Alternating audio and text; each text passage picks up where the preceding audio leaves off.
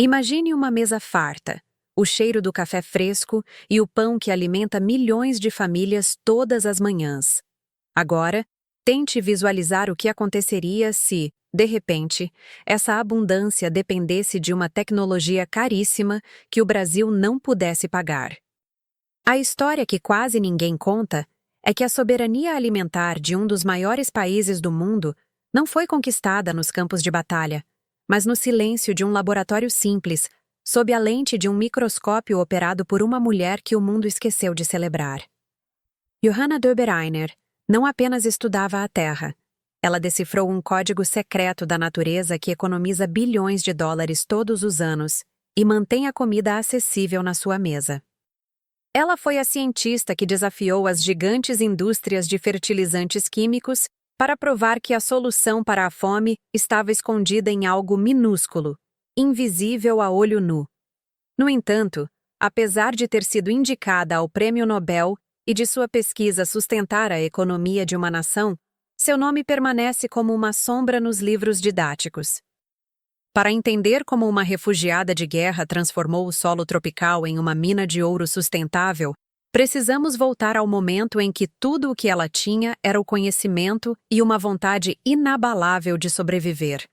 A trajetória dela é um quebra-cabeça de resiliência que começa muito longe do calor brasileiro, em uma Europa que estava prestes a colapsar sob o peso de um conflito devastador.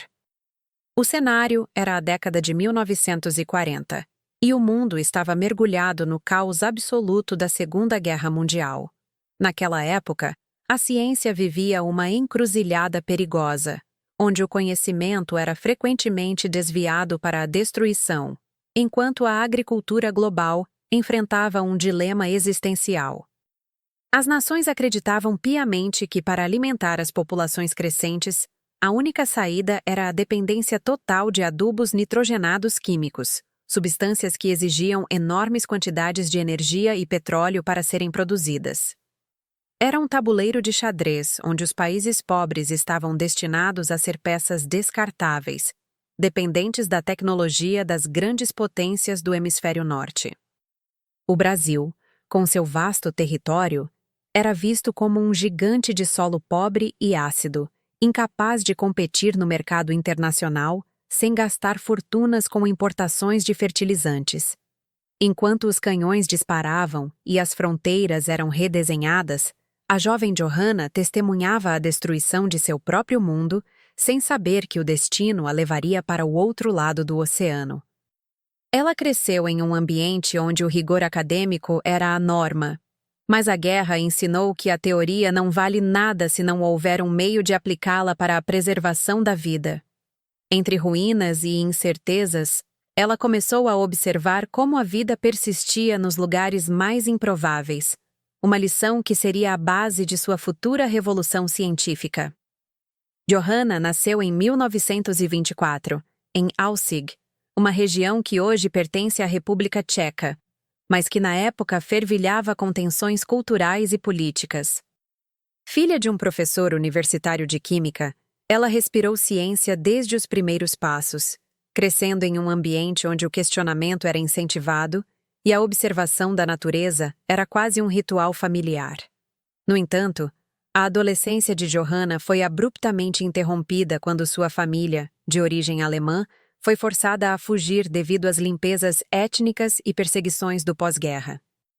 Imagine uma jovem brilhante, com um futuro promissor, sendo obrigada a trabalhar como operária em fazendas e como auxiliar de enfermagem para não morrer de fome. Durante esse período de exílio e privação, ela trabalhou limpando estábulos e cuidando da terra em condições precárias. E foi justamente nesse contato bruto com o solo que sua mente começou a trabalhar. Ela percebeu que, mesmo sem aditivos químicos, algumas plantas cresciam fortes, enquanto outras minguavam no mesmo terreno. Essa curiosidade prática, forjada na necessidade de sobrevivência, levou-a a ingressar na Universidade de Munique assim que as portas se abriram novamente.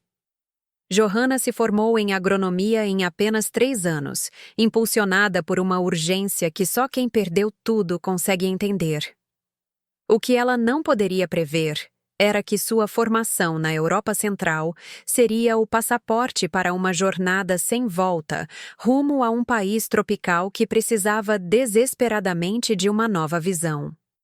Em 1950, Johanna desembarcou no Rio de Janeiro com o marido e uma bagagem cheia de sonhos técnicos, mas quase nenhuma palavra em português. O Brasil daquela época era um país que olhava para o futuro com otimismo, mas que ainda tropeçava na própria terra, importando quase tudo o que era necessário para a agricultura de larga escala. Ela conseguiu um emprego no Serviço Nacional de Pesquisas Agronômicas, em Seropédica, um lugar que muitos consideravam um isolamento burocrático, longe do brilho da capital. Trabalhando em laboratórios que hoje consideraríamos rudimentares, Johanna enfrentou o primeiro grande choque de realidade. A ciência brasileira era dominada por homens que seguiam estritamente os manuais europeus e americanos. Quando ela sugeriu que o Brasil não precisava comprar nitrogênio, mas sim cultivá-lo através de bactérias, o ceticismo foi imediato e cortante. Para os especialistas da época, aquela mulher estrangeira estava propondo uma fantasia biológica que jamais funcionaria nos solos ácidos do Cerrado. Ela era uma voz solitária em um deserto acadêmico, enfrentando não apenas o preconceito de gênero, mas uma barreira intelectual que considerava a ecologia do solo uma disciplina menor. Sem recursos e sob olhares de desconfiança, Johanna decidiu que a única maneira de ser ouvida era apresentando provas que ninguém pudesse refutar, dando início a uma série de experimentos que desafiariam décadas de dogmas estabelecidos. A escalada de Johanna foi marcada por uma paciência quase monástica e uma resistência física impressionante, passando horas sob o sol forte ou debruçada sobre tubos de ensaio em salas abafadas. Ela começou a viajar pelo interior do país, coletando amostras de raízes e terra em regiões onde ninguém acreditava que algo pudesse prosperar sem intervenção química massiva. Enquanto a indústria pressionava pelo uso de fertilizantes, Johanna focava em pequenos nódulos que encontrava nas raízes de leguminosas, acreditando que ali residia uma simbiose milagrosa. Ela teve que lutar por cada centavo de financiamento, muitas vezes enfrentando a burocracia estatal que não via pressa em suas descobertas de bactérias de jardim. Suas decisões eram difíceis. Ela precisava escolher entre seguir a corrente e garantir uma carreira tranquila, ou arriscar sua reputação em uma teoria que muitos chamavam de pseudociência. Johanna optou pelo risco, decidindo focar especificamente na cultura da soja, que na época era apenas uma promessa tímida no sul do Brasil. Ela viajou para centros de pesquisa internacionais para defender suas ideias, muitas vezes sendo a única mulher na sala, e retornava com mais perguntas do que respostas. O obstáculo não era apenas científico, mas econômico, pois sua pesquisa ameaçava o lucro de grandes corporações químicas que detinham o monopólio da produtividade. Ela estava prestes a entrar em um território onde a biologia encontraria a geopolítica, preparando o terreno para um experimento que mudaria as contas nacionais. O grande feito de Johanna aconteceu quando ela conseguiu isolar e selecionar linhagens específicas de bactérias do gênero Rhizobium, provando que elas podiam fixar o nitrogênio do ar diretamente nas plantas de forma extremamente eficiente. O processo era tenso porque dependia de uma precisão biológica absoluta. Se as bactérias não se adaptassem ao solo ácido do Cerrado brasileiro, todo o projeto de expansão agrícola do país entraria em colapso financeiro. Ela trabalhou exaustivamente para desenvolver uma técnica de inoculação das sementes, algo que soava como mágica na época, mas que era pura engenharia genética natural. O resultado foi um choque para a comunidade científica global. As plantações de soja tratadas com suas bactérias produziam tanto ou mais do que as plantações saturadas com fertilizantes caros. Pela primeira vez, o Brasil tinha uma vantagem competitiva real e sustentável, reduzindo os custos de produção a uma fração do que gastavam os americanos. Essa descoberta não foi apenas um artigo acadêmico, foi a certidão de nascimento da soja brasileira como potência mundial.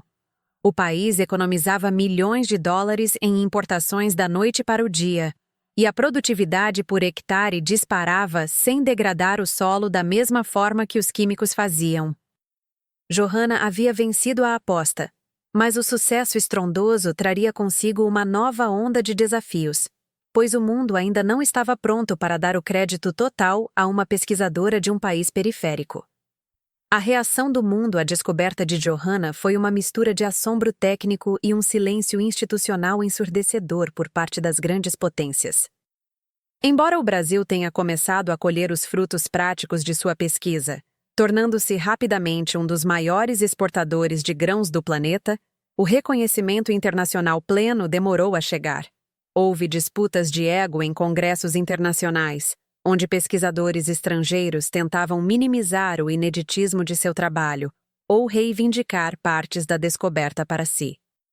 No Brasil, embora ela tenha sido fundamental para a fundação da Embrapa e tenha recebido medalhas, sua figura era muitas vezes mantida nos bastidores das grandes negociações do agronegócio. Ela era a mente que gerava a riqueza, mas eram os homens de terno que levavam os aplausos pelas metas de exportação batidas. Houve até distorções históricas que atribuíam o sucesso da soja apenas às máquinas e ao clima, ignorando propositalmente o trabalho microscópico de Johanna. Mesmo assim, o impacto prático era inegável. O sistema de fixação biológica de nitrogênio tornou-se o padrão ouro da agricultura tropical. Ela recebia convites para dar palestras em todo o mundo, mas muitas vezes era tratada como uma curiosidade acadêmica, enquanto sua técnica salvava economias inteiras da falência. O reconhecimento parcial era uma barreira que ela tentava quebrar com mais trabalho, mas o custo dessa dedicação total começava a cobrar seu preço na esfera mais íntima de sua vida. O custo humano da trajetória de Johanna Dobereiner foi a moeda invisível que pagou pela Revolução Verde brasileira, exigindo dela sacrifícios que poucos estariam dispostos a suportar. Durante décadas, sua vida foi uma sucessão de jornadas duplas, equilibrando a criação de seus 3 filhos com a gestão de laboratórios precários e viagens exaustivas por estradas de terra. O dilema entre a maternidade e a paixão científica era uma constante em uma época que não oferecia suporte para mulheres em posições de liderança técnica. Ela frequentemente perdia momentos familiares importantes para garantir que uma cultura de bactérias não morresse ou para finalizar um relatório que poderia garantir a próxima safra.